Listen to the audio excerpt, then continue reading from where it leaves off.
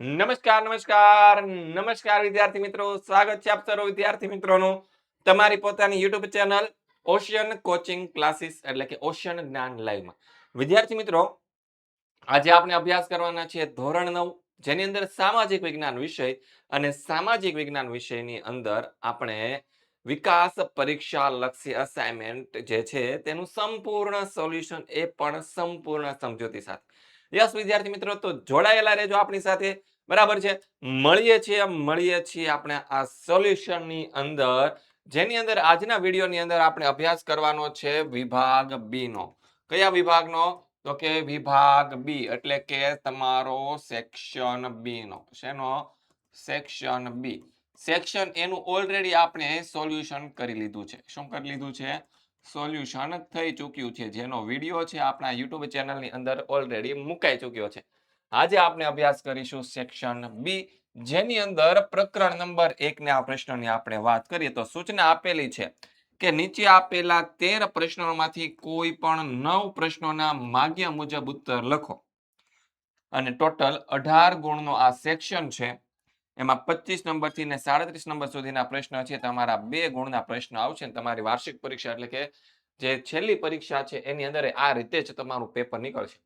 પહેલો સવાલ આપણે જોઈએ કે નિયામક ધારાની મુખ્ય જોગવાઈઓ શું હતી? શું કે છે? નિયામક ધારાની મુખ્ય જોગવાઈઓ શું હતી? તો કે ઈસવીસન 1773 માં અંગ્રેજ સરકારે પસાર કરેલા નિયામક ધારાની મુખ્ય જોગવાઈઓ એવી હતી કે ભાઈ બંગાળના જે નવાબ હતા, બંગાળના નવાબ નહીં, જે બંગાળના ગવર્નર હતા, એને શેનું પદ આપવાનું? તો કે ગવર્નર જનરલનું પદ આપવાનું. એટલે કે બધાય જે ગવર્નર હોય એના મુખ્ય ગવર્નર. કોણ? સમગ્ર દેશની અંદર જેટલા પણ ગવર્નર હોય એને મુખ્ય ગવર્નર કહેવાના.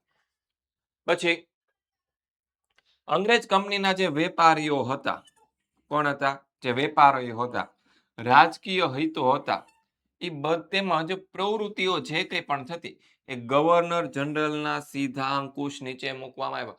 એટલે કે વેપારીઓ છે, પછી આ જે રાજકીય હિતો જે હોય અંગ્રેજ સરકારના, એ બધાને છે ક્યાં મૂકવામાં આવ્યા? ગવર્નર જનરલના અંકુશ હેઠળ. એટલે કે ગવર્નર જનરલ જે કાયદાઓ ઘડે એ કાયદાના આધારે એને કામ કરવાનું.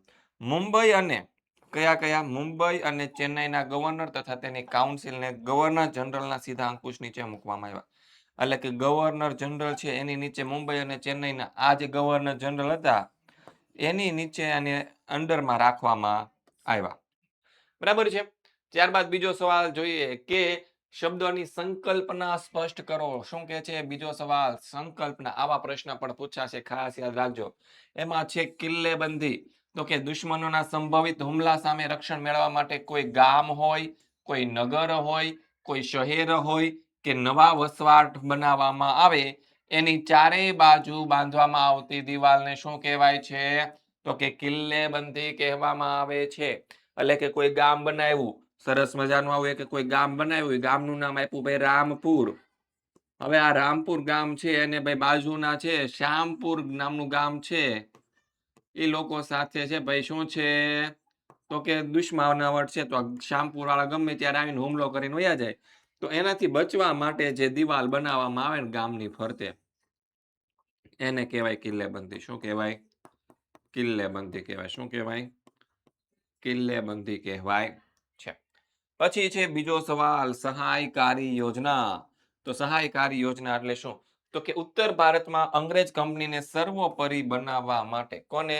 અંગ્રેજ સત્તાને સર્વોપરી બનાવવા અને અંગ્રેજ કંપનીની પ્રતિષ્ઠા પુનઃ સ્થાપિત કરવા માટે ગવર્નર જનરલે અમલમાં મૂકેલી યોજનાને ઇતિહાસમાં સહાયકારી યોજના કહેવામાં આવે છે. ખાસ યાદ રાખજો, એથી હેતુલક્ષી પ્રશ્ન પણ પૂછાઈ શકે કે ભાઈ સહાયકારી યોજના છે, શું છે? સહાયકારી યોજના જે છે એ કોણે અમલમાં મૂકેલી હતી? તો જવાબ આવશે વેલેસ્લી. કોણ આવશે? જવાબમાં આવશે વેલેસ્લી અમલમાં મૂકેલી હતી. ત્યારબાદ ત્રીજો સવાલ, કારણ આપો. વેલેસ્લીની સહાયકારી યોજના અમલમાં મૂકી. શા માટે મૂકી? હવે જો એની પાછળનું કારણ આપણને કહી દીધું. શું કામ ભાઈ એને સહાયકારી યોજના છે અમલમાં મૂકવાની જરૂરિયાત ઉપર થઈ? તો કે ગવર્નર જનરલ સન જોરશોર એની તટસ્થતાની નીતિ અપનાવી હતી. શેની નીતિ અપનાવી હતી? તટસ્થતાની. એટલે કે બહુ શાંત હતા કે ભાઈ જે થાય જેમ ચાલે છે એમ ભાઈ ચાલવા જો ને ભારતીયોને એની રીતે રહેવા જો આપણે આપણી રીતે ભાઈ આપણો વેપાર કર્યા કરી. તેના કારણે ભારતમાં ઈસ્ટ ઇન્ડિયા કંપનીની પ્રતિષ્ઠા છે એ ઓછી થઈ ગઈ, ઘટી ગઈ, મતલબ કે ઓછી થઈ ગઈ. હવે ઈસ્ટ ઇન્ડિયા કંપની છે એ જે શાસન કરતી હતી એનું કોઈ માનતું નહીં. તો ભાઈ માને નહીં તો હું કામનું, બરાબર છે. એટલે રાજ્યોનો વિસ્તાર અટકી ગયો, એટલે કે જે ઈસ્ટ ઇન્ડિયા કંપની જે ભારતમાં શાસન કરવાના હેતુથી આવી હતી ને એ જે રાજ્યનો ફેલાવો કરતી હતી ને એ અટકી ગયો. તેના સમયમાં અંગ્રેજોના જે હરીફ મરાઠાઓ હતા કે સૌથી વધારે શક્તિશાળી વખતે મરાઠાઓ હતા એ વધારે શક્તિશાળી બની ગયા અને પરિણામે કંપનીની સર્વોપરિતા નષ્ટ થવાના સંજોગો ઊભા થયા. એટલે કે પછી તો એવી પરિસ્થિતિ આવી ગઈ કે ભાઈ અંગ્રેજોને એમ લાગ્યું ભાઈ આપણે જો અહીંયા કંઈ યોગ્ય રીતે નહીં કરીએ તો શું થશે, તો કે અહીંયા જો યોગ્ય રીતે નહીં કરવામાં આવે તો ભાઈ અંગ્રેજ છે એ પોતાનું શાસન ભારતમાંથી ગુમાવી દેશે. આથી તટસ્થતાની નીતિનું પાલન કરવું કંપની સરકાર માટે હિતાવહ હતું નહીં. આથી વેલેસ્લીએ કંપનીની સર્વોપરિતા અને પ્રતિષ્ઠાને પુનઃ સ્થાપિત કરવા માટે સહાયકારી યોજના છે અમલમાં મૂકી. ત્યારબાદ આગળ વધીએ. ચોથો સવાલ, યુરોપિયન પ્રજાને પૂર્વના દેશોમાંથી મળતી ચીજવસ્તુઓ શાથી બંધ થઈ ગઈ? તો ભાઈ ઈસવીસન 1453 નું વર્ષ હતું. તુર્ક મુસ્લિમો હતા અને આંતરરાષ્ટ્રીય વેપારી મથક હતું એ કોન્સ્ટેન્ટિનોપલ હતું એ તુર્ક મુસ્લિમોએ જીતી લીધું હતું. પરિણામે યુરોપ અને પૂર્વના દેશો વચ્ચેનો જે વેપારનો માર્ગ હતો ને બેટા બંધ થઈ ગયો હતો અને આથી યુરોપિયન પ્રજાને પૂર્વના દેશોમાંથી મળતી ચીજ વસ્તુઓ બંધ થઈ ગઈ હતી. એટલે કે અહીંયા પૂર્વના દેશો, અહીંયા યુરોપ, અહીંયા વચમાં આવે કોન્સ્ટેન્ટિનોપલ અને કોન્સ્ટેન્ટિનોપલની બાજુમાં આવે તુર્કમેનિસ્તાન, બરાબર છે. તો આ યુરોપ વાળા હતા એ આ માર્ગે થઈને ભાઈ વેપાર કરતા હતા પૂર્વના દેશો સાથે, બરાબર છે. પણ આ કોન્સ્ટેન્ટિનોપલ હતું આ તુર્ક મુસ્લિમોએ જીતી લીધું. હવે આ માર્ગેથી વેપાર થતો બંધ થઈ ગયો. આથી છે ભાઈ યુરોપિયન પ્રજાને છે મળતી ચીજ વસ્તુઓ બંધ થઈ ગઈ. આગળ, ભારતમાં રાજા નિસંતાન થાય તો જે રાજ્ય ડેલહાઉસીએ ખાલસા કર્યા હતા તે રાજ્યોના નામ શોધીને લખો. તો ભાઈ જે રાજ્યો ખાલસા કરવામાં આવ્યા હતા એમાં હતું સતારા, જેતપુર, સંબલપુર, ઝાંસી અને તાંજોર. આ 5 રાજ્યો છે એ શું કરવામાં આવ્યા હતા? તો કે ખાલસા કરવામાં આવ્યા હતા. તો કઈ નીતિ અંતર્ગત ખાલસા કરવામાં આવ્યા હતા? તો કે ખાલસા નીતિ. કઈ નીતિ હતી? ખાલસા નીતિ. અને ખાલસા નીતિ કોણે અમલમાં મૂકી હતી? તો કે ડેલહાઉસીએ અમલમાં મૂકી હતી. કોણે મૂકી હતી? ડેલહાઉસીએ અમલમાં મૂકી હતી. આ વાત ખાસ યાદ રાખવાની છે. હવે આપણે વાત કરીએ પ્રકરણ નંબર 4 ની. બંગાળના ભાગલા ક્યારે અને કોણે પાડ્યા અને શા માટે? 3 જવાબ લખવાના છે. તો કે ક્યારે એટલે કે 1905 એટલું યાદ રાખવાનું. ક્યારે? તો કે 1905. બહુ શોર્ટમાં તમને સમજે ને એવી રીતે તમને જવાબ કરી દો. કોણે પાડ્યા? તો કે વાઇસરોય લોર્ડ કર્ઝને પાડ્યા. શું કર્યા? વાઇસરોય લોર્ડ કર્ઝને. અને શા માટે પાડ્યા? તો કે ઈરાદો માત્ર એક જ હતો, હિન્દુ મુસ્લિમ એકતા તોડવાનો. શું હતો? હિન્દુ મુસ્લિમ એકતા તોડવાનો. બંને વચ્ચે જે એકતા હતી એને તોડવા માટે ભાઈ આ બંગાળના ભાગલા પાડવામાં આવ્યા હતા. ખ્યાલ આવી ગયો? આગળ વધીએ. ગુજરાતમાં થયેલી ઉગ્ર ક્રાંતિકારી ચળવળો વિશે જણાવો. તો કે શ્રી અરવિંદ ઘોષે ગુજરાતમાં સશસ્ત્ર ક્રાંતિની ભૂમિકા તૈયાર કરી હતી. કઈ ક્રાંતિની ભૂમિકા તૈયાર કરી હતી? સશસ્ત્ર એટલે કે શસ્ત્ર હથિયારો હાથમાં રાખી અને અંગ્રેજોને છે ભાઈ ભારત દેશમાંથી કાઢી મૂકવા. આવી ક્રાંતિની ભૂમિકા છે એ અરવિંદ ઘોષે તૈયાર કરી હતી. તેમણે એક પુસ્તક લખ્યું હતું. એ પુસ્તકનું નામ હતું ભવાની મંદિર. આમ જોતા કેવું મસ્તીનું સરસ મજાનું ધાર્મિક પુસ્તક હોય એવું લાગે કે ન લાગે? ધાર્મિક પુસ્તક જેવું લાગે કે ન લાગે આમાં? અને આ પુસ્તકની અંદર શું હતું ખબર? ધાર્મિક લાગે, ધાર્મિક કે ભાઈ અંદર ધર્મની વાત હશે, ભવાની માતાની વાતો હશે, પણ એની અંદર છે ભાઈ ક્રાંતિની યોજના વર્ણવવામાં આવી હતી. કઈ યોજના વર્ણવવામાં આવી હતી? ક્રાંતિની યોજના. ક્રાંતિ એટલે કે ભાઈ અંગ્રેજોને કઈ રીતે આપણે ભારતમાંથી કાઢી મૂકી શકીએ એ. ઈસવીસન 1902 ની અંદર બારિન્દ્ર કુમાર ઘોષ ગુજરાત આવ્યા અને તેમણે દક્ષિણ ગુજરાતમાં ક્રાંતિનો પ્રચાર કર્યો. જો 1902 માં બારિન્દ્ર કુમાર આવ્યા. કોણ આવ્યા? બે બા આવ્યા. કોણ આવ્યા? બે બા એટલે કે 1902 માં કોણ આવ્યા? તો કે બારિન્દ્ર કુમાર ઘોષ. કોણ આવ્યા? બારિન્દ્ર કુમાર ઘોષ છે એ ભારત આવ્યા. મતલબ શું થયું? તો કે બે બા. બે બા ભારત આવ્યા હતા અને તેને શું કર્યો હતો, ક્યાં ક્રાંતિનો પ્રચાર કર્યો હતો, તો કે દક્ષિણ ગુજરાતમાં. ક્યાં કર્યો હતો? દક્ષિણ ગુજરાતમાં ક્રાંતિનો પ્રચાર કર્યો હતો. અહીં તેને કોણ મળ્યા? તો કે છોટુભાઈ પુરાણી અને અંબુભાઈ પુરાણી નો સાથ મળ્યો અને નર્મદા નદીના કિનારે તેને સાકરિયા સ્વામી મળ્યા. કોણ કોણ મળ્યા? સાકરિયા સ્વામી. અને બારિન્દ્ર કુમાર ઘોષે વડોદરા, ચરોતર પ્રદેશ, અમદાવાદ, મહેસાણા વગેરે સ્થળોએ ફરીને મધ્યમ વર્ગના જે યુવાનો હતા એને ક્રાંતિમાં જોડ્યા હતા. બરાબર છે. ગુજરાતમાં યા ઉગ્ર ક્રાંતિની યોજના ફેલાવવા માટે દેશી વનસ્પતિની દવાઓ પુસ્તકના નામ છે. પછી નાવાનો સાબુ બનાવવાની રીત, કસરત, ગુલાબનો કિસ્સો, કાયદાનો સંગ્રહ, આવા બધા શીર્ષકો વાળી પુસ્તિકાઓ છે એ પ્રકાશિત કરવામાં આવી. પણ આ ખાલી પુસ્તકના શીર્ષક હતા, એટલે કે ટાઇટલ હતા. શું હતા? ટાઇટલ હતા, નામ હતા ખાલી માત્ર. પણ એની અંદર બધી ક્રાંતિની યોજનાઓ હતી. શું હતી? ક્રાંતિની યોજનાઓ હતી. ખાલી નામ એવી હતી કે ભાઈ જેથી કરીને અંગ્રેજોને ખબર ન પડે. બરાબર છે. આ પુસ્તિકામાં બોમ્બ બનાવવાની રીતો પણ હતી. શું હતું? બોમ્બ બનાવ કે બોમ્બ કઈ રીતે બનાવ, બોમ્બ બનાવી શીખી જાય પછી ફોડી આવવાનો ચૂંકદારાનો. યસ. નર્મદા નદીના કિનારે ચાંદોદ કરનાલી પાસે ગંગનાથ વિદ્યાલયની સ્થાપના કરવામાં આવી અને એ વિદ્યાલયમાં છુપી રીતે ક્રાંતિકારીઓ પ્રવૃત્તિ ચલાવવામાં આવતી હતી. અને ગુજરાતના અનેક ક્રાંતિકારી યુવાનો છે આ ક્રાંતિકારી પ્રવૃત્તિમાં જોડાઈ ગયા. પછી અસહકારનું આંદોલન શા માટે મોકૂફ રાખવામાં આવ્યું? તો ભાઈ ઘટના કંઈક એવી બની હતી. ગાંધીજી છે બ્રિટિશ સરકાર સામે અહિંસક લડત ચલાવવાના આગ્રહી હતા. બરાબર છે. પણ ઘટના કંઈક એવી બની કે 5 ફેબ્રુઆરી 1922 ના રોજ ઉત્તર પ્રદેશનું જે ગોરખપુર જિલ્લો છે તેના ચોરીચોરા ગામમાં લોકો છે હિંસાના માર્ગે વળી ગયા. કેમ? તો કે એમને પોલીસ ચોકીમાં ભરાયેલા જે 21 પોલીસો હતા એને જીવતા સળગાવી દીધા હતા. અને આંદોલનમાં હિંસા થતા ગાંધીજીને ખૂબ જ દુઃખ થયું. આથી અહિંસક લડત માટે લોકો હજુ તૈયાર નથી.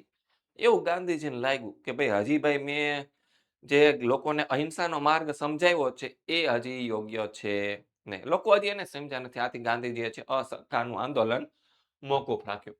સ્વરાજ પક્ષની પ્રતિષ્ઠા કયા કારણોથી ઓછી થઈ? મુખ્ય 3-4 કારણો હતા. 3 હતા. એક તો શું હતા? જે સ્વરાજ પક્ષ છે એના સ્થાપક ચિત્તરંજન દાસ મુનશી એનું જૂન 1925 શું થઈ ગયું? તો કે અવસાન થઈ ગયું. એટલે પેલું યાદ રાખવાનું, અવસાન.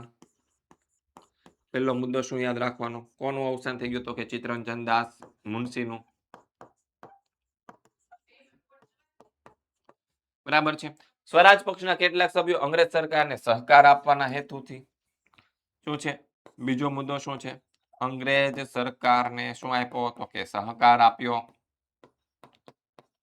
અને કેટલાક પક્ષોએ નવો પક્ષ સ્થાપ્યો. શું સ્થાપ્યો? નવો પક્ષ સ્થાપ્યો. નવા પક્ષનું નામ શું હતું? National party. શું હતો? નેશનલ પાર્ટી નામનો નવો પક્ષ સ્થાપ્યો. એટલા માટેની પ્રતિષ્ઠા ઓછી થઈ. પછી બહિષ્કાર આંદોલન. પછી સંકલ્પના સમજાવવાની છે. તો કે અસહકારના આંદોલનમાં બહિષ્કાર કાર્યક્રમ આપવામાં આવ્યો હતો. તેમાં લોકોએ શું કરવાનું હતું? તો કે સરકારી નોકરીઓને ઇલકાબો હતા. સરકારી શાળાઓ, કોલેજો, અદાલતો, ધારાસભાઓ, સ્થાનિક સ્વરાજની સંસ્થાઓ, સરકારી સમારંભો, વિદેશી કાપડ સહિત બધી જ ચીજ વસ્તુઓનો બહિષ્કાર કરવાનો હતો, જેને બહિષ્કાર આંદોલન આપણે કહીએ છીએ. હવે ચોરીચોરા તે શું છે? તો કે ઉત્તર પ્રદેશના ગોરખપુર જિલ્લાનું એક ગામ છે. એ ગામની અંદર અસહકારના આંદોલન દરમિયાન છે લોકોના ટોળાએ પોલીસ ચોકીમાં પુરાયેલા 21 પોલીસ કર્મીઓને મારી નાખ્યા હતા, સળગાવી દીધા હતા. યસ વિદ્યાર્થી મિત્રો, અત્યારે જેવી રીતે તમે સરસ મજાનું વિકાસ પરીક્ષા લક્ષી અસાઇનમેન્ટ ભણો છો ને, શું ભણો છો? આજે વિકાસ પરીક્ષા લક્ષી અસાઇનમેન્ટ ભણો છો ને, એ વિકાસ પરીક્ષા લક્ષી અસાઇનમેન્ટના સોલ્યુશન જે છે એને તમે એકદમ ફ્રીમાં મેળવી શકો છો. કેવી રીતે મેળવી શકો છો? એકદમ ફ્રીમાં મેળવી શકો છો. બરાબર છે. પણ ક્યાં મળશે? તો કે આપણી બ્રહ્માસ્ત્ર બેચમાં મળશે. ક્યાં મળશે? આપણી બ્રહ્માસ્ત્ર બેચમાં મળશે. હવે બ્રહ્માસ્ત્ર બેચમાં તમને બીજું શું શું મળશે? જો વિદ્યાર્થી મિત્રો, અત્યારે તમે ધોરણ 9 ની અંદર અભ્યાસ કરો છો, પણ આજે તમારી બ્રહ્માસ્ત્ર બેચ જે છે ને એ ધોરણ 10 ની છે. ખાસ યાદ રાખજો. કઈ છે? ધોરણ 10 ની બ્રહ્માસ્ત્ર બેચ છે. એની અંદરથી તમને મળશે. જો તમે આ બ્રહ્માસ્ત્ર બેચની અંદર એટલે કે આવતા વર્ષે તમે ધોરણ 10 માં આવશો ત્યારે આપણી આ બ્રહ્માસ્ત્ર બેચની અંદર જોડાશો તો આ વર્ષના તમને આ જે વિકાસ પરીક્ષા લક્ષી અસાઇનમેન્ટ છે એ ફ્રીમાં મળવાના છે. તો એમાં તમને ધોરણ 9 નું આ જે વિકાસ પરીક્ષા લક્ષી અસાઇનમેન્ટ છે એ તો ફ્રી મળે જ છે. સાથે સાથે ધોરણ 9 નું રિવિઝન તમને મળી જશે. ધોરણ 10 ની બ્રહ્માસ્ત્ર બેચ તમને મળી જશે. ધોરણ 10 ની આઈએમપી બેચ તમને મળશે. ધોરણ 10 ની પેપર સોલ્યુશન બેચ મળશે. લાઈવ ક્લાસ આવશે બધા. પછી તમારી જે સ્વ અધ્યયન પોથી કે ગાલા સ્વાધ્યાય પોથી જે કંઈ પણ તમારી શાળામાં ચાલતા હશે એ એની સોલ્યુશનની પીડીએફ મળશે. પછી સ્વાધ્યાયના સોલ્યુશનની પીડીએફ મળશે. સાથે સાથે એક નેવિગેટર અને હેન્ડ રિટન બુક પણ તમને મળવાનું છે. અને લાઈવ ચેટ બોક્સ પણ તમને મળવાનું છે. બરાબર છે. તો આટલા બધા બેનિફિટ્સ હોય તો શા માટે ન જોડાવાય? બ્રહ્માસ્ત્ર બેચની અંદર જોડાઈ જવાય. આ સિવાય તમારે વોટ્સઅપ ગ્રુપમાં પણ જોડાવવું જોઈએ. ક્યાં જોડાવવું જોઈએ? WhatsApp group. કયા ગ્રુપમાં? વોટ્સએપ ગ્રુપની અંદર જોડાવવું જોઈએ. શું કામ? તો કે ત્યાં તમને બધી જ અપડેટ મળી જશે. શું મળી જશે? બધી જ અપડેટ મળી જશે. ભાઈ કયો લેક્ચર ક્યારે ગોઠવવામાં આવશે, ક્યારે તમારો લેક્ચર છે, એ પછી તમારો રિવિઝનનો લેક્ચર હોય, અસાઇનમેન્ટનો હોય, બરાબર છે, કોઈ પણ લેક્ચર હોય તમને વોટ્સઅપમાં મળી જશે.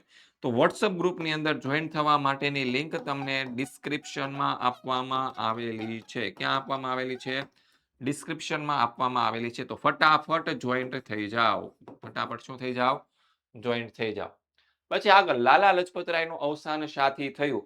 તો કે લાહોરમાં સાયમન કમિશન જ્યારે ભારતમાં આવ્યું એના વિરોધમાં જે સરઘસની કાઢવામાં આવ્યું હતું એ સરઘસની આગેવાની છે લાલા લજપતરાય લીધી હતી. અને એ સમયે અંગ્રેજ અમલદાર સર જોન સાન્ડર્સની હુકમથી અંગ્રેજ પોલીસે લાલા લજપતરાય પર લાઠીઓનો સખત ફટકા માર્યા. અને લાઠીચાર્જની જીવલેણ ઈજાના કારણે લાલા લજપતરાય છે તેનું અવસાન થઈ ગયું. બસ સિમ્પલ વસ્તુ છે. દાંડી કૂચ ક્યાંથી ક્યાં યોજવામાં આવી હતી? શા માટે? તો ભાઈ દાંડી કૂચ છે તે ક્યાંથી ક્યાં? તો કે ભાઈ બહુ સિમ્પલ છે. અમદાવાદના ક્યાંના છે? અમદાવાદના સાબરમતી આશ્રમથી. સાબરમતી આશ્રમ નવસારી જિલ્લાના દાંડી ગામ સુધી યોજવામાં આવી હતી. ક્યાં સુધી? દાંડી. શું કામ? તો કે અન્યાયી મીઠાના કાયદાનો ભંગ કરવા માટે. આવી રીતે લખી દો તો પણ ચાલે. શું છે? કાયદાનો ભંગ કરવા માટે. બસ એટલું જવાબ આવશે. બરાબર છે. તો કે દાંડી કૂચ અમદાવાદના સાબરમતી હરિજન આશ્રમથી નવસારી જિલ્લામાં આવેલા દાંડી બંદર સુધી યોજવામાં આવી હતી. દાંડી ગામ લખો તો પણ ચાલે. સવિનય કાનૂન ભંગના આંદોલનના ભાગરૂપે મીઠાના કાયદાનો ભંગ કરવા માટે દાંડી કૂચ યોજવામાં આવી હતી.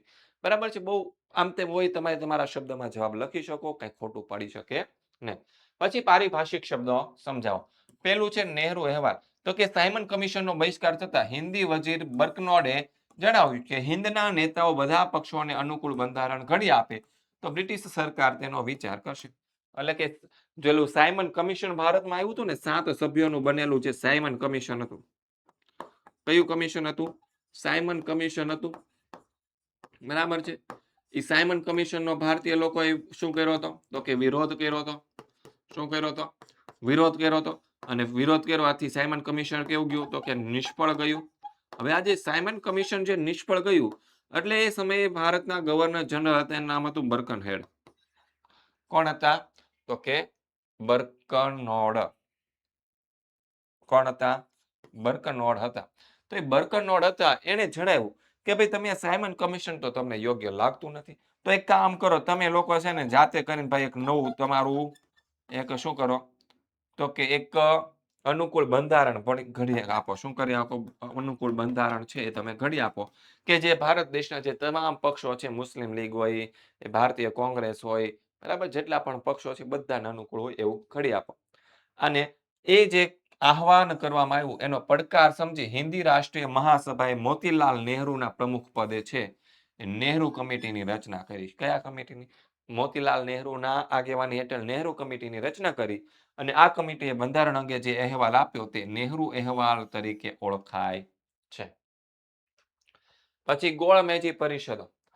શું છે? બ્રિટિશ સરકારે ભારતને કેવા પ્રકારનું બંધારણ અને સુધારા આપવા તે માટે જે પરિષદો બોલાવી તેને ગોળમેજી પરિષદો કહેવાય. સર ગોળમેજી એટલે શું? જો ગોળ એટલે કે રાઉન્ડ, શું છે? ગોળ એટલે કે રાઉન્ડ, અને મેજી, મેજી જે શુદ્ધ ગુજરાતી ભાષાનો શબ્દ છે એમાં મેજ એટલે થાય ટેબલ. શું થાય? ટેબલ. તો કે રાઉન્ડ ટેબલ કોન્ફરન્સ, બરાબર છે, પરિષદ એટલે કે કોન્ફરન્સ, બરાબર છે. તો લંડનમાં મળેલી જે પહેલી જે ગોળમેજી પરિષદ છે એમાં કોંગ્રેસે ભાગ નહોતો લીધો, આથી તે નિષ્ફળ ગઈ હતી. અને બીજી જે ગોળમેજી પરિષદ હતી એની અંદર ગાંધીજી ગયા હતા કોંગ્રેસ તરફથી, બરાબર છે. પરંતુ ત્યાં તે પણ પરિષદ નિષ્ફળ ગઈ, કારણ કે કોમી એકતાનો સવાલ આવ્યો હતો. પછી આગળ જોઈએ ચોથો સવાલ, ભારતના ભાગલાને પરિણામે કઈ કઈ મુખ્ય સમસ્યાઓ હલ કરવાની હતી? તો એક તો લશ્કરની સેનાની વ્યવસ્થા કરવાની હતી, મિલકતોને લગતા પ્રશ્નો, કેટલી મિલકત ભારત પાસે આવશે, કેટલી મિલકત પાકિસ્તાન પાસે જશે, લેણા અને દેવાનો હિસાબ ચૂકવવાનો, તો ભારત પાસે પૈસા છે તો પાકિસ્તાનને કેટલા આપવાના, નિરાશ્રિતોનો પુનઃવસવાટ એટલે કે જે પાકિસ્તાનમાંથી જે ભારતમાં આવેલા જે લોકો હતા એ નિરાશ્રિતો હતા તો એને વસવાટ કરવો. પછી જાહેર સેવાઓ, જાહેર સેવા એટલે કે શાળાઓ, હોસ્પિટલો, આ બધી વસ્તુ બનાવવી.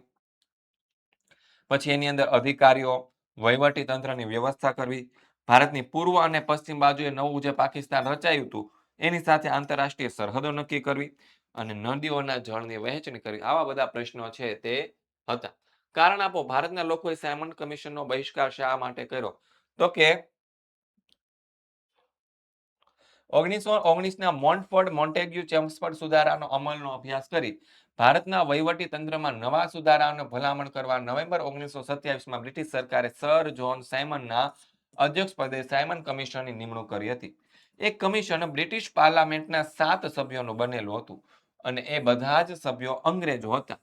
હિન્દીઓનું દુઃખ દર્દ માત્ર આપણે ભારતીય જ હિન્દીઓ જ સમજી શકે એ વિચારથી કમિશનમાં હિન્દી સભ્યોને સામેલ કરવાની આપણા ભારતીય લોકોએ શું કરી? ભલામણ કરી.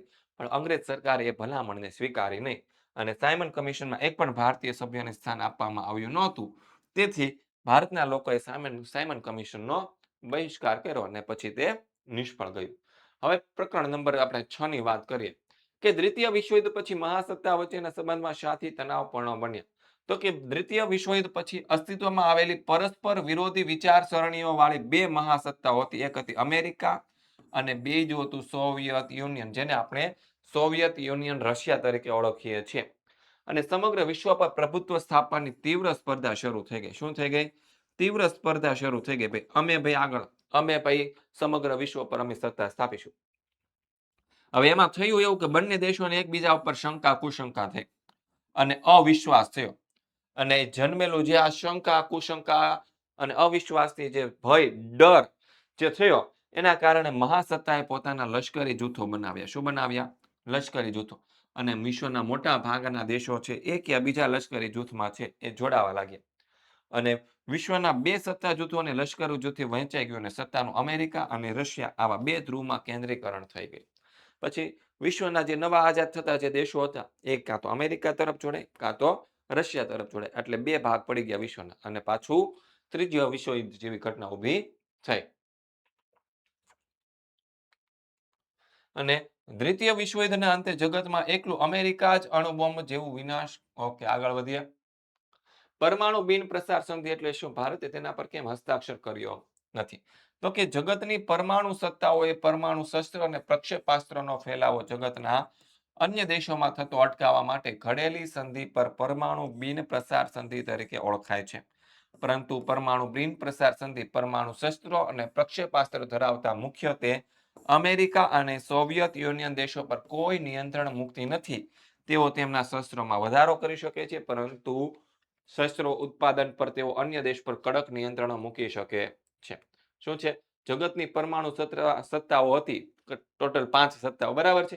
તેને પરમાણુ શસ્ત્રો અને પ્રક્ષેપાસ્ત્રનો ફેલાવો જગતના અન્ય દેશોમાં થતા અટકાવવા માટે જે સંધિ ઘડી એને શું કહેવાય છે? પરમાણુ બિન પ્રસાર સંધિ. જો એક પ્રક્ષેપાસ્ત્ર આપણને નામ આપ્યું છે, જે શુદ્ધ ગુજરાતી ભાષા છે, આપણે એને કહીએ તો આપણે બધા એને મિસાઇલના નામે ઓળખીએ છીએ. કયા નામે ઓળખાય છે?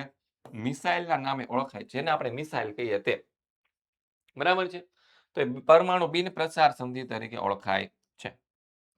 પરમાણુ બિન પ્રસાર સંધિ પરમાણુ શસ્ત્રો અને પ્રક્ષેપાસ્ત્ર એટલે કે મિસાઇલ ધરાવતા મુખ્ય બે દેશો અમેરિકા અને સોવિયત યુનિયન આ દેશો પર કોઈ પ્રતિબંધ મુકતી નથી. એને ભાઈ જેટલા બનાવો એટલા પર હથિયારો બનાવી શકે, એટલી એ લોકો મિસાઇલો બનાવી શકે, બરાબર છે. એ શસ્ત્રોમાં વધારો પણ કરી શકે, પરંતુ એ શસ્ત્રોના ઉત્પાદન પર તેઓ અન્ય દેશ પર શું કરી શકે છે? કડક નિયંત્રણ મૂકે છે. આ સંધિ છે સંપૂર્ણપણે કેવી છે? તો કે ભેદભાવ વાળી છે. અને ભારતના રાષ્ટ્રીય હિતોને ભાઈ માફક આવે એમ નથી. આથી છે ભાઈ આ પરમાણુ બિન પ્રસાર સંધિ જે છે એનો વિરોધ કરવામાં, અથવા તો ભારત એના પર હસ્તાક્ષર કર્યા નથી. પંડિત જવાહરલાલ નહેરુ બિન જોડાણની નીતિ વિશે શું માનતા હતા? તો કે ભારતના દેશના પ્રથમ વડાપ્રધાન હતા જવાહરલાલ નહેરુ, બરાબર છે. એ બિન જોડાણ નીતિના પ્રખર હિમાયતી હતા. તેઓ માનતા હતા કે કોઈ એક સત્તા જૂથ કે લશ્કરી જૂથમાં જોડાવાને બદલે બિન જોડાણની નીતિ સ્વીકારીશું તો શું થશું? તટસ્થ રહીશું. તેઓ દેશના રાષ્ટ્રીય હિતોનું વધારે સારી રીતે રક્ષણ કરી શકાશે. ભારતનું માનવું હતું કે વિશ્વના દેશોનું આવા બે હરીફ જૂથોમાં વિભાજન વિશ્વ શાંતિ અને આંતરરાષ્ટ્રીય સહકાર માટે શું છે? ખતરા રૂપ છે. પછી ભારત અને રશિયા વચ્ચેના સંબંધોની સંક્ષેપમાં ચર્ચા કરો. તો કે ભારતમાં ભારે અને ચાવીરૂપ ઉદ્યોગો સ્થાપવામાં અને સંરક્ષણ ક્ષેત્રે સજ્જ થવામાં રશિયાએ આર્થિક અને તકનીકી સહાય કરી છે. રશિયાએ હંમેશા જમ્મુ કાશ્મીરના પ્રશ્નમાં ભારતનો પક્ષ લીધો છે. પછી તો કે સંયુક્ત રાષ્ટ્રની સલામતી સમિતિમાં કાશ્મીરના મુદ્દે ભારત વિરુદ્ધ છે ઠરાવ પસાર ન થાય એટલા માટે રશિયાએ જે છે એ આપણા માટે ઘણીવાર વીટો પાવરનો ઉપયોગ કર્યો છે. તેને કાશ્મીરના પ્રશ્ન વૈશ્વિક સ્તર પર ભારતના મતનું સમર્થન કર્યું છે. આમ ભારત અને રશિયા વચ્ચે ગાઢ મૈત્રીપૂર્ણ સંબંધો છે. કારણ આપો. ક્યુબાની કટોકટીને ઠંડા યુદ્ધના અંતના આરંભ તરીકે ગણવામાં આવે છે.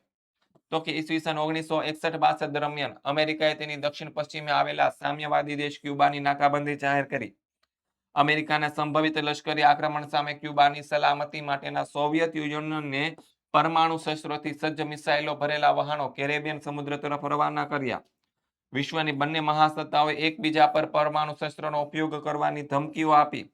વિશ્વમાં પરમાણુ યુદ્ધની પરિસ્થિતિ ઊભી થઈ. અંતે અમેરિકા અને સોવિયત યુનિયનના વડાઓએ સૌપ્રથમ વખત હોટલાઇન પર વાતચીત કરી અને પરિણામે સોવિયત યુનિયને પોતાના વહાણો પાછા ખેંચી લીધા અને અમેરિકાએ ક્યુબા સામે ગોઠવેલા પરમાણુ શસ્ત્રોવાળા મિસાઇલો ઉતારી લીધા.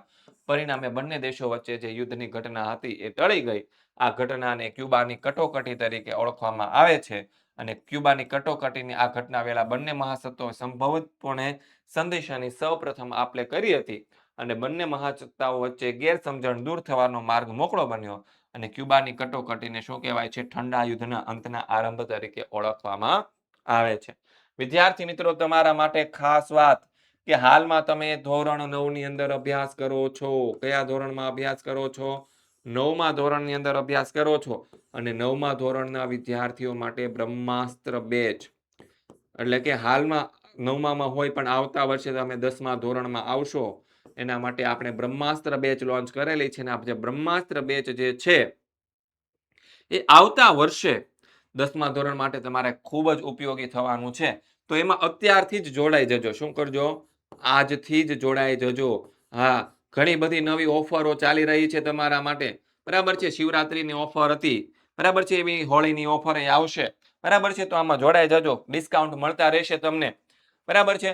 તો આ જે ઓફર છે એનો લાભ લઈ લેજો અને વહેલામાં વહેલી તકે તમે જોડાઈ જાજો, બરાબર છે. આગળ વધીએ. પ્રકરણ નંબર 7 માંથી શું પૂછાય છે કે ભાઈ ઓપરેશન વિજય અને પ્રદેશવાદ. તો ઓપરેશન વિજય શું હતું? તો કે ઓપરેશન વિજય એટલે કે ભારત સરકારે ગોવાને પોર્ટુગીઝ સરકારના અંકુશમાંથી મુક્ત કરવા રચેલું લશ્કરી અભિયાન. અને પ્રદેશવાદ કોને કહેવાય? તો કે ચોક્કસ પ્રાદેશિક વિસ્તારમાં કાયમી વસવાટ કરીને રહેતી પ્રજામાં પોતાના વિસ્તારની ભૂમિ માટે એક પ્રકારની ભાવાત્મક લાગણી જન્મે છે તેને પ્રદેશવાદ કહે છે. અને પ્રદેશવાદના ઉદ્ભવ અને વિકાસ માટે મુખ્યત્વે શું હોય? તો કે ભાષા હોય, જાતિ હોય, ધર્મ હોય, આ 3 પરિબળો જવાબદાર છે. પછી આગળ કારણ આપો કે હૈદરાબાદમાં પોલીસ પગલું ભરવામાં આવ્યું હતું. તો કે સરદાર પટેલે નિઝામને સમજાવી તેની સાથે વાટાઘાટો શરૂ કર્યો. તેને નિઝામ વતી વાટાઘાટો કરનાર અધિકારીઓને સ્પષ્ટ જણાવી દીધું કે હૈદરાબાદના લોકોને ભારતીય સંઘ સાથે જોડાઈ જવાની તીવ્ર ઈચ્છા ધરાવે છે. તેથી તેમની ઈચ્છા મુજબ હૈદરાબાદનું ભારતીય સંઘ સાથે જોડાણ કરવું એ સૌના હિતમાં છે. પણ એ સમયે નિઝામના અધિકારીઓ અને સૈન્યના લોકોએ લોકો પર ત્રાસ ગુજારવાનું શરૂ કર્યું અને લોકોને અસહ્ય પરિસ્થિતિમાંથી બચાવવા માટે ભારત સરકારને હૈદરાબાદ સામે પોલીસ પગલું હતું એ ભરવું પડ્યું હતું. દેશી રાજ્યોને ભારતીય સંઘમાં જોડાવા સરદાર પટેલે કઈ કઈ અપીલો કરી? તો એમણે શું કીધું? તો કે તેમના શાસન હેઠળની પ્રજા ભારતીય સંઘના હિતમાં તેઓ પોતાના રાજ્યનો સ્વેચ્છાએ ભારતીય સંઘ સાથે જોડાવાની સંમતિ આપે. આટલી વાત કરી. બરાબર છે. ફ્રેન્ચ સરકારે તેમની ભારતની વસાહતો ભારતને સોંપી દેવા શા માટે તૈયાર થઈ? તો કે 1950માં ભારત સાર્વભૌમ પ્રજાસત્તાક રાષ્ટ્ર બની ગયું હતું ઓલરેડી, કારણ કે આપણા દેશનું બંધારણ અમલમાં આવી ગયું હતું. એ સમયે ભારતમાં ફ્રેન્ચો હતા, જે ફ્રેન્ચ લોકો હતા, એ પુડુચેરી સહિતના 5 વસાહતો હતી. એ પ્રદેશના લોકો ભારતીય સંઘમાં જોડાવા માંગતા હતા, એટલે કે પુડુચેરીના લોકો છે ભારત સાથે જોડાવા માંગતા હતા. એ માટે તેમણે ઉગ્ર સ્વાતંત્ર્ય ચળવળો શરૂ કરી અને ફ્રેન્ચ સરકારે એ ચળવળોને દબાવી દેવાના પ્રયત્નો પણ કર્યા. શું છે? પ્રયત્નો પણ કર્યા. પછી આગળનો મુદ્દો, 1948માં પુડુચેરીના લોકોએ એક વિરાટ સભા યોજી ફ્રેન્ચ સરકારને ભારત છોડોનું એલાન આપ્યું અને ભારત સરકારે પુડુચેરીનું શાંતિમય સમાધાન કરવા ફ્રેન્ચ સરકાર સાથે વાટાઘાટો શરૂ કર્યા. પરંતુ લોકો પુડુચેરીને તાત્કાલિક આઝાદી તરફ ભારતમાં જોડી દેવા માંગતા હતા અને ફ્રેન્ચોના અંકુશ હેઠળની અન્ય વસાહતોના લોકોએ પણ સ્વાતંત્ર્ય ચળવળો શરૂ કરી અને નામના લોકોએ મુક્તિ સેનાએ ઈસવીસન 1945માં એમનો વહીવટ પોતાના હસ્તક લઈ લીધો અને લોકોનો મિજાજ પારખી ફ્રેન્ચ સરકારે છે 13 ઓક્ટોબર 1954માં ભારત સરકાર સાથે વાટાઘાટો શરૂ કરી. વાટાઘાટોના અંતે ફ્રેન્ચ સરકાર છે તેના પુડુચેરી, કરાઈકલ, ચંદ્રનગર, માહે, યનમ આ 5 ભારતીય પ્રદેશને ભારતને સોંપી દેવા માટે તૈયાર થઈ ગયા. પછી રાજ્ય પુનઃરચના પંચ પછી કેટલાક ઘટક રાજ્યો અને સંઘ પ્રદેશો અસ્તિત્વમાં આવ્યા. તો કે રાજ્યની પુનઃરચના પછી 14 ઘટક રાજ્યો અને 5 સંઘ પ્રદેશો અસ્તિત્વમાં આવ્યા હતા. કેટલા હતા? 14 રાજ્ય હતા અને 5 સંઘ પ્રદેશ. સંઘ પ્રદેશ એટલે કે કેન્દ્ર શાસિત પ્રદેશો. પછી આગળનો સવાલ ચેપ્ટર નંબર 8 માંથી, ભારતના આમુખમાં કયા કયા આદર્શો જણાવવામાં આવ્યા છે? તો એમાં પહેલું છે કે ભારતને સાર્વભૌમ, સમાજવાદી, બિન સાંપ્રદાયિક, લોકશાહી અને પ્રજાસત્તાક સંસ્થાપિત કરવો. પછી બીજું, દેશમાં સામાજિક, આર્થિક અને રાજકીય ન્યાયની સ્થાપના કરવી. પછી ત્રીજું, વિચાર, વાણી અને માન્યતાની અભિવ્યક્તિની સ્વતંત્રતા આપવી. પછી આગળ, ધર્મ અને ઉપાસનાની સ્વતંત્રતા આપવી. પછી આગળ, વ્યક્તિત્વના વિકાસ માટે દરજ્જા અને તકની સમાનતા આપવી. પછી આગળ, વ્યક્તિના સર્વાંગી વિકાસ માટે ગૌરવની સ્થાપના તથા રાષ્ટ્રની એકતા અને અખંડિતતાને સુદ્રઢ કરે એવી બંધુત્વની ભાવના અપનાવી. પછી બીજો સવાલ છે, એકીકૃત ન્યાયતંત્ર એટલે શું? તો કે બંધારણમાં સમગ્ર દેશ માટે સળંગ, સુગ્રંથિત, સ્વતંત્ર, નિષ્પક્ષ અને એકસૂત્રી ન્યાયતંત્રની જોગવાઈ કરવામાં આવી છે અને ભારતીય સમવાય તંત્ર કેન્દ્રમાં સર્વોચ્ચ અદાલત છે, જેનું સ્થાન સૌથી ઊંચું છે. ત્યાર પછી અનુક્રમે રાજ્યની વડી અદાલતો, જિલ્લાની અદાલતો અને તાલુકા અદાલતોનું સ્થાન છે. આમ આપણા દેશમાં સળંગ અને એકસૂત્રી ન્યાયતંત્ર છે અને સર્વોચ્ચ અદાલતના ચુકાદાઓ ભારતની તમામ અદાલતો માટે બંધનકર્તા છે. સંઘ સરકાર અને રાજ્ય સરકારો વચ્ચે બંધારણીય બાબતમાં કાયદાના અર્થઘટનો અંગે વિવાદો સર્જાય તો તેમનો ઉકેલ લાવવાની સત્તા સર્વોચ્ચ અદાલત ધરાવે છે અને સર્વોચ્ચ અદાલત દેશની તમામ અદાલતો પર નિયંત્રણ, દેખરેખ અને માર્ગદર્શનનો અધિકાર ધરાવે છે અને ભારતનું ન્યાયતંત્ર છે કારોબારીથી સ્વતંત્ર છે. તે નાગરિકોના મૂળભૂત હકોનું રક્ષણ કરે છે. આથી જ સમવાય ભારતમાં સર્વોચ્ચ અદાલત બંધારણનો રક્ષક અને વાલી ગણવામાં આવે છે. પછી સાર્વત્રિક પુખ્ત વય મતાધિકાર કોને કહેવાય? તો કે સાર્વત્રિક પુખ્ત વય મતાધિકાર એટલે કે 18 વર્ષથી વધુ વયના હોય, કાયદા દ્વારા ગેરલાયક ઠરાવવામાં ન આવ્યો હોય, અસ્થિર મગજનો ન હોય અને જેનું મતદાર યાદીમાં નામ હોય એવા ભારતના પ્રત્યેક નાગરિકને ધર્મ, જાતિ, કોમ, શિક્ષણ, જન્મસ્થાન, બરાબર છે, આવક કે મિલકતના ભેદભાવ વિના આપવામાં આવેલો જે સમાન મતાધિકાર એટલે કે મત આપવાનો અધિકાર તેને કહેવાય છે મતાધિકાર. પછી બેવડું નાગરિકત્વ અને રાજ્ય યાદી. તો કે બેવડું નાગરિકત્વ એટલે કે 2 પ્રકારનું નાગરિકત્વ, જેમાં સમવાય તંત્ર એટલે કે શાસન વ્યવસ્થામાં નાગરિકોને બેવડું નાગરિકત્વ ધરાવે છે. યુએસએમાં સમવાય તંત્ર એટલે કે શાસન વ્યવસ્થા છે, ત્યાંથી દરેક નાગરિકને બેવડું નાગરિકત્વ મળે. એક યુએસએનું દેશનું પોતાનું અને બીજું પોતે જે રાજ્યમાં વસવાટ કરતો હોય ત્યાં. પછી રાજ્ય યાદીની આપણે વાત કરીએ તો કે રાજ્ય યાદીમાં સૂચવેલા વિષયો પર રાજ્ય સરકારો કાયદા ઘડી શકે છે તેમજ તેમાં ફેરફાર કરી શકે છે. આ યાદીમાં મુખ્યત્વે કાયદો, વ્યવસ્થા, શિક્ષણ, સ્થાનિક સ્વરાજની સંસ્થાઓ, કૃષિ, સિંચાઈ, આરોગ્ય અને રાજ્યના આંતરિક વેપાર અને વાણિજ્ય જેવા ટોટલ 66 વિષયોનો સમાવેશ થાય છે. પછી આગળનો સવાલ, ભારત એક અખંડ અને અવિભાજ્ય સંઘ રાજ્ય છે. તો કે ભારત દેશનું બંધારણ છે ભારતને રાજ્યના સંઘ તરીકે દર્શાવ્યો છે, એટલે કે યુનિયન ઓફ સ્ટેટ્સ. ભારતમાં હાલમાં કુલ 29 રાજ્ય છે અને રાષ્ટ્રીય રાજધાની પ્રદેશ દિલ્હી સહિત કુલ 7 કેન્દ્ર શાસિત પ્રદેશો છે. સંઘ શબ્દ દ્વારા ભારતમાં સંઘ એટલે કે કેન્દ્ર નો એકમ રાજ્યો વચ્ચે ક્યારેય પણ બદલી ન શકાય એવો કાયમી સંબંધોની લેખિત સ્વરૂપે બંધારણમાં સ્પષ્ટ કરવામાં આવી છે. સંઘના એકમો રાજ્યો અને સંઘમાંથી સ્વતંત્ર થવાનો અધિકાર ધરાવતા નથી. આથી કહી શકાય કે ભારત એક અખંડ અને અવિભાજિત સંઘ રાજ્ય છે. પછી પ્રકરણ નંબર 9, મૂળભૂત હકોની અગત્યતા સમજાવો. તો કે મૂળભૂત હકો એટલે કે નાગરિકના વ્યક્તિત્વના સર્વતોમુખી વિકાસ માટે મળવી જોઈતી અમુક ચોક્કસ અનુકૂળતાઓ. મૂળભૂત હકો એ દરેક નાગરિકની મહામૂલી પૂંજી છે અને શક્તિ છે.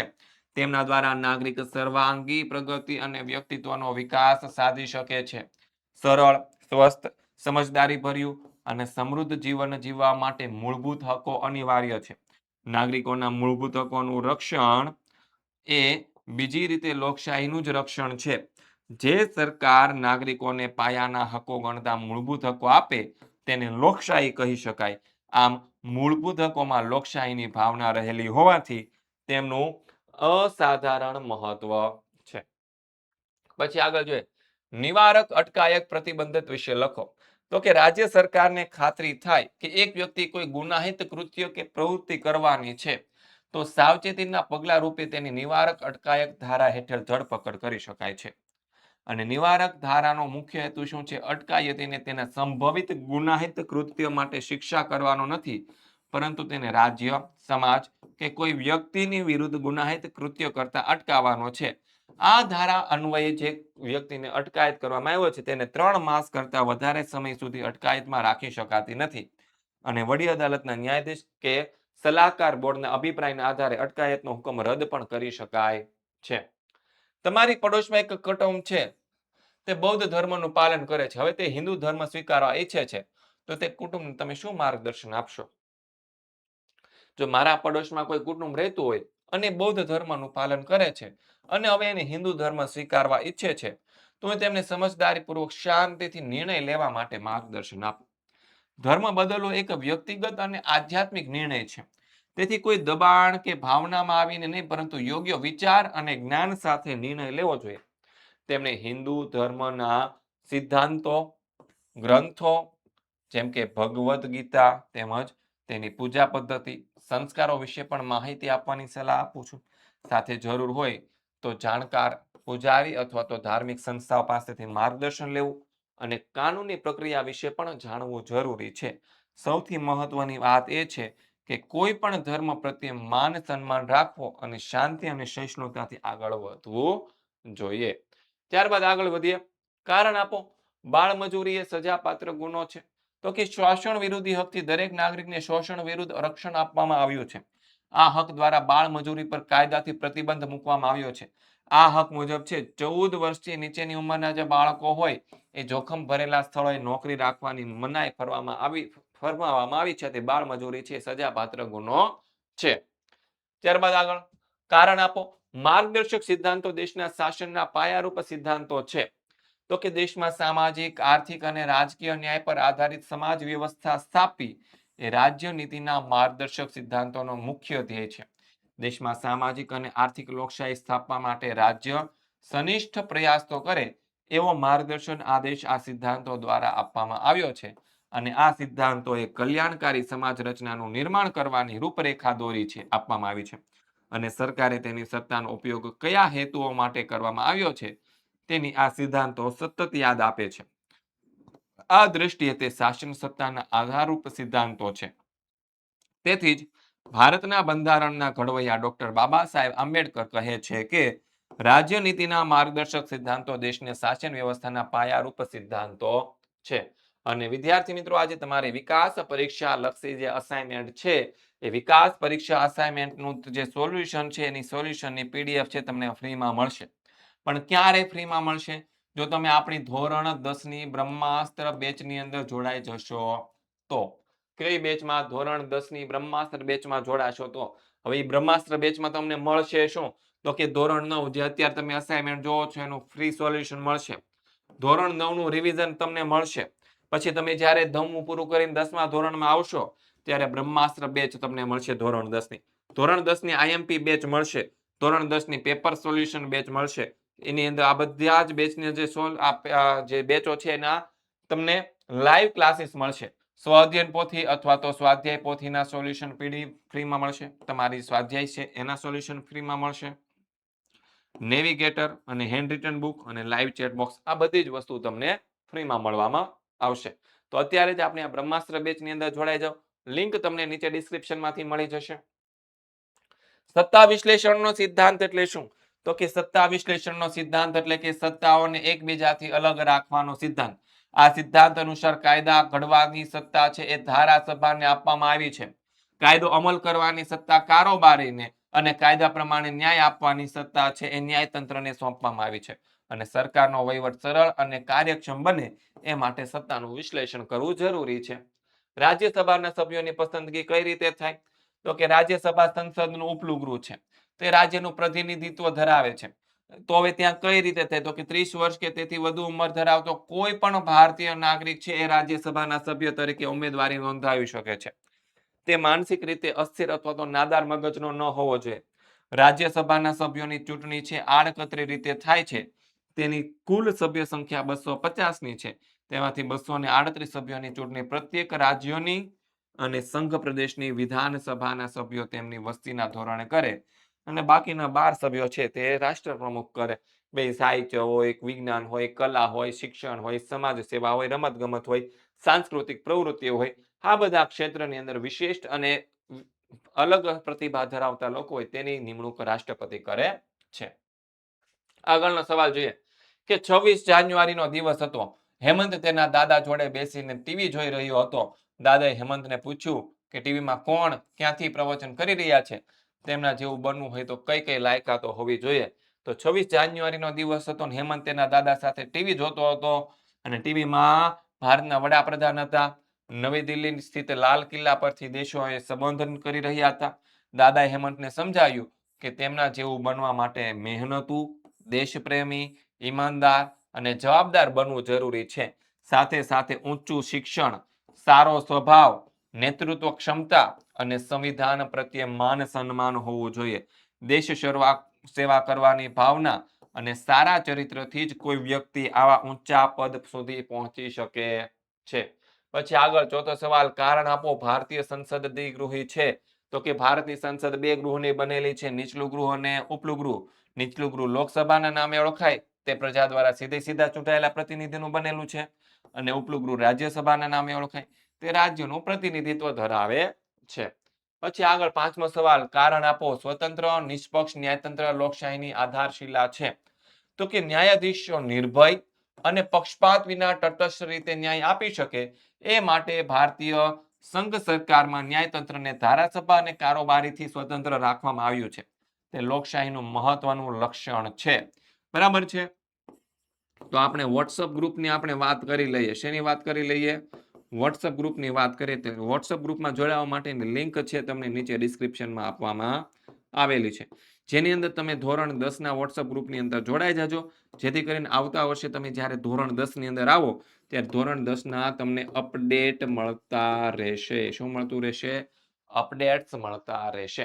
ત્યારબાદ ધોરણ 11 પ્રકરણ નંબર 11 ની વાત કરીએ. સર્વોચ્ચ અદાલતના અધિકાર ક્ષેત્ર બહારની વિગતો વિશે જણાવો. તો કે રાજ્ય વચ્ચેના કે રાજ્યો વચ્ચેના નદીના પાણીની વહેંચણી તેમજ તેના ઉપયોગ અંગેના વિવાદો ઉકેલવાની સત્તા સર્વોચ્ચ અદાલતના હુકુમત બહાર છે. તે માટે અલગથી ન્યાય પંચ એટલે કે પાણી ન્યાય પંચ એટલે કે ટ્રિબ્યુનલનો ચુકાદો આપે છે. જો અહીંયા શું કીધું? આ બધા રાજ્ય છે ને એ બધા અલગ અલગ રાજ્ય છે. તો એમાં આપણને કીધું ને રાજ્ય. શું કીધું? રાજ્ય. એટલે કે કોઈ એક રાજ્ય અને એની સાથે બીજું રાજ્ય લડાઈ કરે ત્યારે. પછી બીજું શું છે? રાજ્યો કે રાજ્ય. શું છે? રાજ્યો કે રાજ્ય. એટલે કે એક બાજુ 3 રાજ્યો અને એક બાજુ એક રાજ્ય. આ રીતે લડાઈ ચાલતી હોય. પછી ત્રીજું શું કીધું આપણને?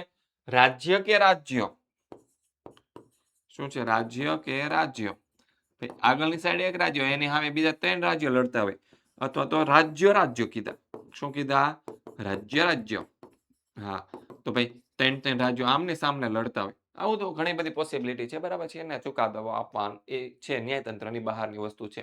મહાભિયોગની કાર્યવાહી સમજાવતો કે રાષ્ટ્રપ્રમુખ દ્વારા સર્વોચ્ચ અદાલતના ન્યાયાધીશને માત્ર સાબિત થયેલી ગેરવર્તણૂક, બિનકાર્યક્ષમતા કે બંધારણીય મર્યાદાના ભંગના આધારે મહાભિયોગની કાર્યવાહીથી હોદ્દા પરથી દૂર કરી શકાય છે. તાબા હેઠળની વિવિધ અદાલતો જણાવો.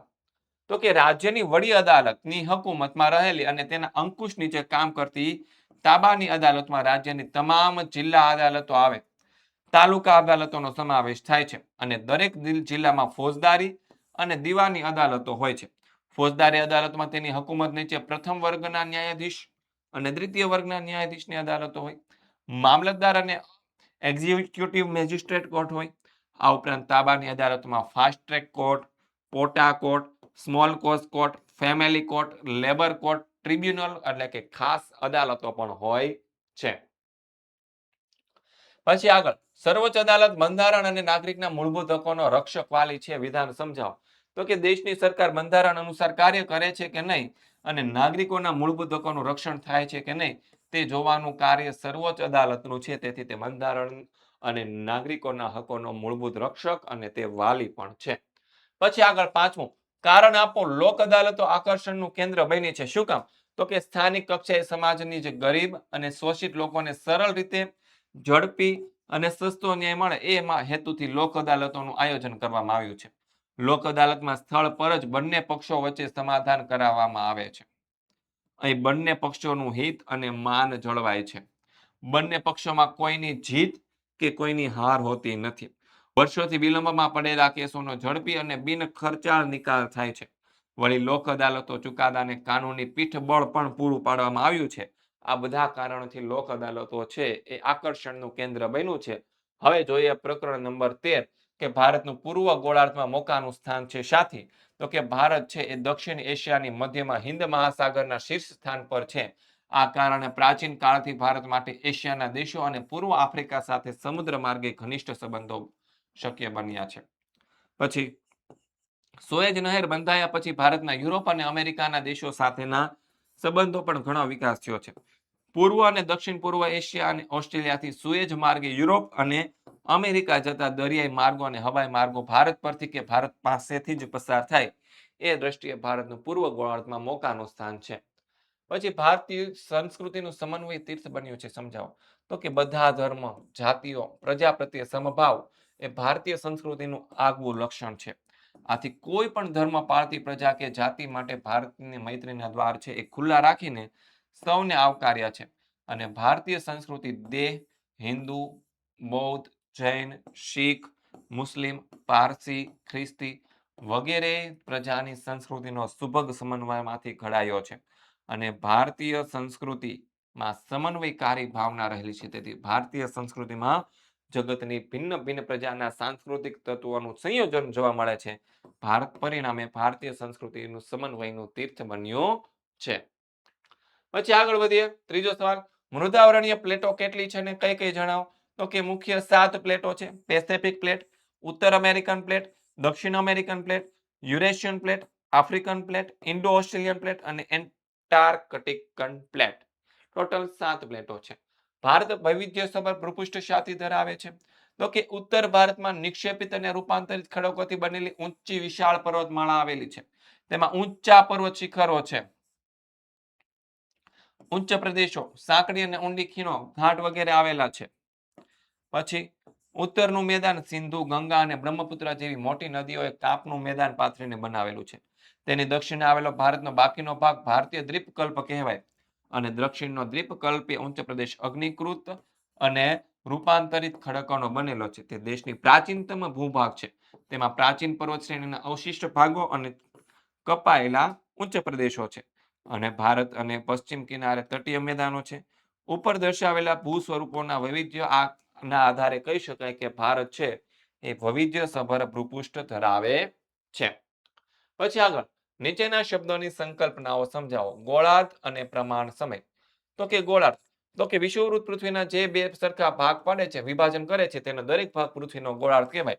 વિષુવવૃત્તથી ઉત્તરે આવેલો ઉત્તર ભાગ અને ઉત્તર ગોળાર્ધ અને દક્ષિણે આવેલો ભાગ દક્ષિણ ગોળાર્ધ. જો તમને અહીંયા દોરીને સમજાવું કે ધારો કે આપણી પૃથ્વી છે, એની વચમાંથી આ પસાર થાય છે વિષુવવૃત્ત. કયું વૃત્ત છે?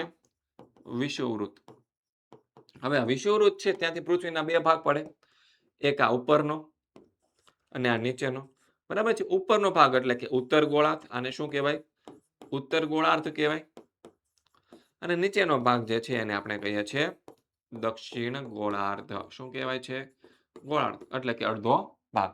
પછી છે પ્રમાણ સમય. સમગ્ર દેશમાં બહુ વિશાળ દેશના ચોક્કસ વિભાગમાં તેના મધ્ય ભાગમાં કે મહત્વના સ્થળોની સ્થાનિક સમય તે દેશના વિભાગના પ્રમાણ સમય તરીકે નક્કી કરાયેલો હોય છે. આ સમયમાં દેશના વિભાગના બધા જ સ્થળને લાગુ પડે છે અને ભારતમાં એક જ પ્રમાણ સમય રેખા છે, જ્યારે કેનેડા, યુએસમાં 6 અને રશિયામાં તો 11 પ્રમાણ સમય રેખાઓ છે. પ્રકરણ નંબર 14 ની આપણે વાત કરીએ. ખડકોના મુખ્ય પ્રકાર જણાવો. શું છે? ખડકોના મુખ્ય પ્રકારો જણાવો. તો અહીંયા છે આપણને આપેલા છે. ખાલી ખડકોના પ્રકાર જણાવવાનું કીધું છે, તો આ બધું લખવાનું નહીં. આ તમને ખાલી સમજાય એટલે લખેલું છે. આગ્નેય ખડક, પ્રસ્તર ખડક અને રૂપાંતરિત ખડક. ખડકોના મુખ્ય 3 પ્રકાર છે. ખનિજોનું વર્ગીકરણ કરો. તો ખનિજોનું સામાન્ય વર્ગીકરણ આપણે જોઈએ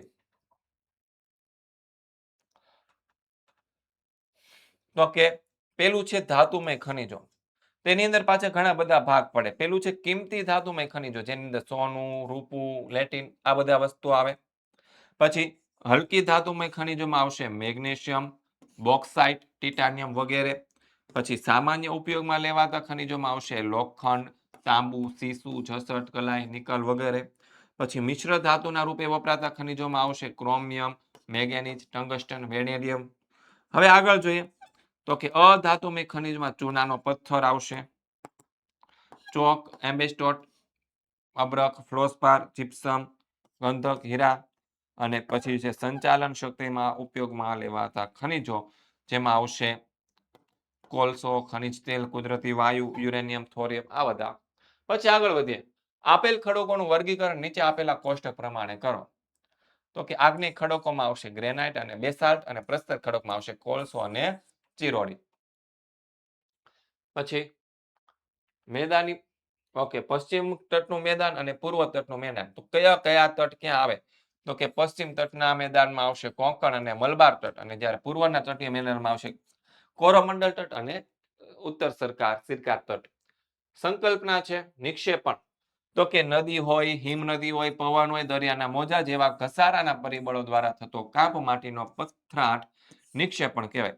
પૂરના મેદાન, નદી વચ્ચેના ટાપુ, નદીના મુખ ત્રિકોણ પ્રદેશનો ડેલ્ટા વગેરે ઘણા બધા ભૂમિ સ્વરૂપો છે નિક્ષેપણથી રચાય. જ્યારે જમીન, જમીન કોને કહેવાય? તો કે તાપમાનમાં મોટા ફેરફાર, વરસાદ, હિમ, હવા, વનસ્પતિ, જીવજંતુ વગેરે પરિબળોની અસરથી ખડકોનું ખવાણ થાય. તેનાથી ખડકોની ઉપલી સપાટીનો ભૂકો બની જાય અને ભૂમિ આવરણ રચાય. તેમાં ખડકોના ટુકડા, કાંકરા, માટી, રજ વગેરે હોય છે, જે રેગોલિથ કહેવાય છે, જેમાં જૈવિક દ્રવ્યો, હવા અને પાણી બની અને જમીન બને છે. પ્રકરણ નંબર 17 કે ઉષ્ણકટિબંધીય વરસાદી જંગલોની વિશેષતા. તો કે કેટલા મીટર હોય? તો કે 60 મીટર જેટલા ઊંચા હોય. જાડી ઝાખરાને કારણે ભેજનું પ્રમાણ વધુ હોય અને આ જંગલો 12 માસ લીલા રહેતા હોવાથી તેને નિત્ય લીલા જંગલો પણ કહેવાય. પછી ખરાવ જંગલોની વિશેષતા. અહીંના વૃક્ષો પાનખર ઋતુમાં 6 થી 8 અઠવાડિયા દરમિયાન પોતાના બધા જ પાંદડા ખેરવી નાખે. આથી આ જંગલો ખેરી નાખતા હોવાથી ખરાવ જંગલો કહેવાય. અને દરેક પ્રજાતિના વૃક્ષો છે પાન ખેરવવાનો ચોક્કસ સમય જુદો જુદો હોય છે. તેથી આખો જંગલ એક ચોક્કસ સમય માટે પાન વગરનું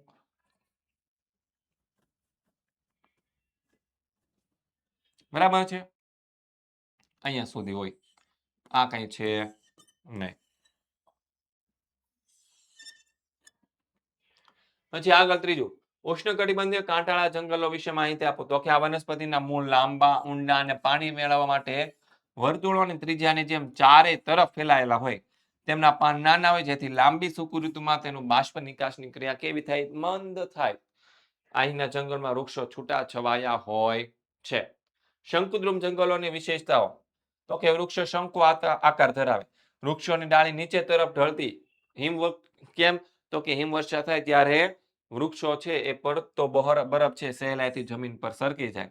વૃક્ષોના પાન લાંબા, અણીદાર અને ચીકાશવાળા હોય જેથી તે ભેજને લાંબા સમય સુધી ગ્રહણ કરી શકે. વૃક્ષોનું લાકડું અંદરથી પોચું અને માવાદાર હોય જેથી કાગળ બનાવવા માટે ઉપયોગમાં આવે. અહીં વૃક્ષોનો વિકાસ થવામાં ઘણા વર્ષો લાગે છે. પછી મેંગ્રુવ જંગલો અને કુદરતી વનસ્પતિ. તો કે પેલું જોઈએ મેંગ્રુવ જંગલ. તો કે મેંગ્રુવ એટલે કે ભારત ભરતીના જંગલો. ભારતમાં દરિયા કિનારે, નદીઓના મુખ ત્રિકોણ પ્રદેશમાં મેંગ્રુવ જંગલો આવેલા છે અને બંગાળની ખાડીના કિનારાના પ્રદેશમાં તેમજ ગુજરાતના કેટલાક સાગર કાંઠે દલદલીય વિસ્તારમાં આવા નાના પાયા પર આવા મેંગ્રુવ જંગલો આવેલા છે. પછી જોઈએ કુદરતી વનસ્પતિ. તો કે માણસની મદદ વિના ઉગતી અને વિકસતી વનસ્પતિ કે કુદરતી વનસ્પતિ કહેવાય છે. શું કહેવાય છે? પછી પ્રકરણ નંબર 21 ના આપણે પ્રશ્ન જોઈએ કે શબ્દોની સમજ આપો. ગ્રામ્ય આત્મનિર્ભરતા અને જળ સંરક્ષણ. તો કે ગ્રામ્ય આત્મનિર્ભરતા જોઈએ કે ખેડૂતોને પરંપરાગત ખેતી કરવા માટે જરૂરી સંસાધનો ગામડામાંથી જ મળી રહેતા હતા. પછી શું છે? પશુપાલન દ્વારા ખેડૂતને છાણિયું ખાતર મળી રહેતું હતું. પછી હતું તો કે સંયુક્ત કુટુંબ હોવાથી ખેતી કામ માટે માણસોની જરૂરિયાત પૂરી પડાતી હતી. ખેડૂત પોતાના ઉગાડેલા પાકનું બિયારણ છે વર્ષો વર્ષ સંઘરતો અને તેને સંવર્ધિત પણ કરતો. આમ પાકના બિયારણ માટે તે આત્મનિર્ભર હતો.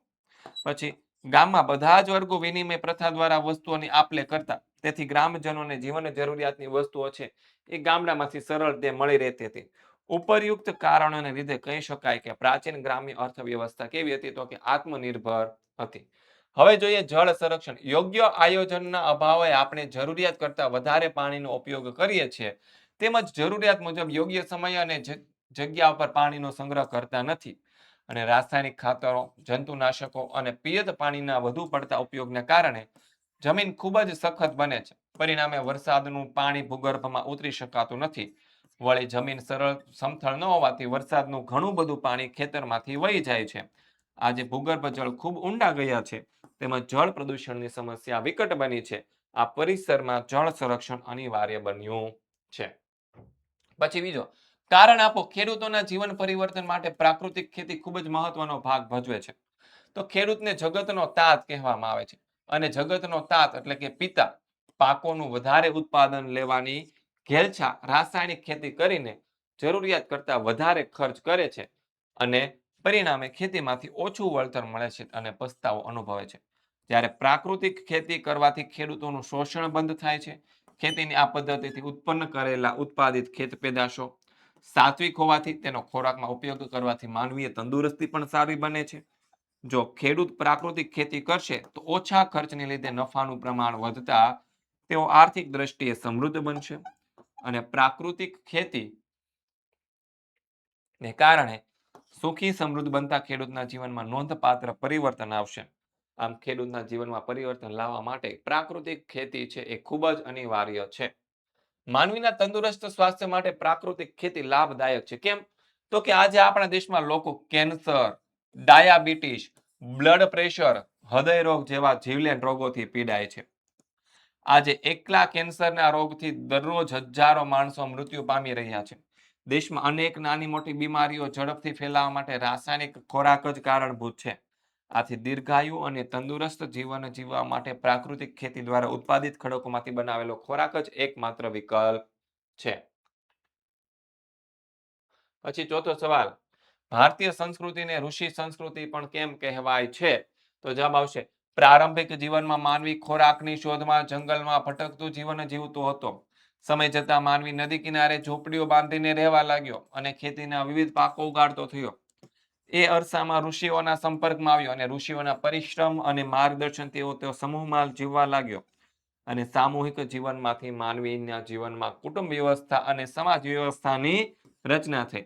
આ સંસ્થાઓના વિકાસ થતા માનવીના જીવનમાં માનવ સભ્યતા અને માનવ સંસ્કૃતિ અસ્તિત્વમાં આવી. આ માનવી કૃષિ પ્રધાન જીવન જીવવા લાગ્યો. આમ માનવી સંસ્કૃતના વિકાસમાં ઋષિઓને અમૂલ્ય ફાળો રહ્યો, તેથી ભારતીય સંસ્કૃતિને ઋષિ અને કૃષિની સંસ્કૃતિ કહેવાય છે. પ્રાકૃતિક ખેતીના વિકાસ માટે સરકાર કયા કયા પ્રયત્ન કરી રહી છે? તો કે કેન્દ્ર અને રાજ્યોની સરકારો પ્રાકૃતિક ખેતીનો વ્યાપ વધે અને વધુમાં વધુ ખેડૂતો તેનો લાભ લે તેના માટે સઘન પ્રયત્ન કરી રહી છે. હાલમાં ગુજરાત રાજ્યની સરકારશ્રીએ ડાંગ જિલ્લાને પ્રાકૃતિક કૃષિના જિલ્લા તરીકે જાહેર કર્યો છે. પછી તો કે પ્રાકૃતિક કૃષિમાં શિક્ષણની, સંશોધનની અને વિસ્તરણની પ્રવૃત્તિઓને વેગવંતી બનાવવા માટે સરકારશ્રીએ natural farming and organic agriculture યુનિવર્સિટીની સ્થાપના કરી છે. પ્રાકૃતિક કૃષિ પદ્ધતિનો વ્યાપ વધારવા માટે ખેડૂતોને સતત માર્ગદર્શન અને પ્રોત્સાહન આપવા માટે સરકારે ગુજરાત પ્રાકૃતિક કૃષિ વિકાસ મંડળ બોર્ડની રચના પણ કરી છે.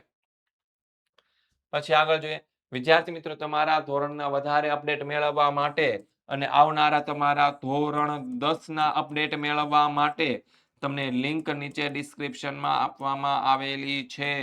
બરાબર છે, ત્યાંથી તમે જોડાઈ જજો, કારણ કે ધોરણ 10 છે તમારા માટે ખૂબ જ અગત્યનું છે. કેવું છે? અગત્યનું છે. બરાબર છે, તો વોટ્સએપ ગ્રુપની અંદર જોડાઈ જજો અને કોર્સને લગતી વધારે માહિતી મેળવવા માટે આપણો સંપર્ક કરી લેજો કોન્ટેક્ટ નંબરનો. મળીએ છીએ આપણે નેક્સ્ટ લેક્ચરની અંદર.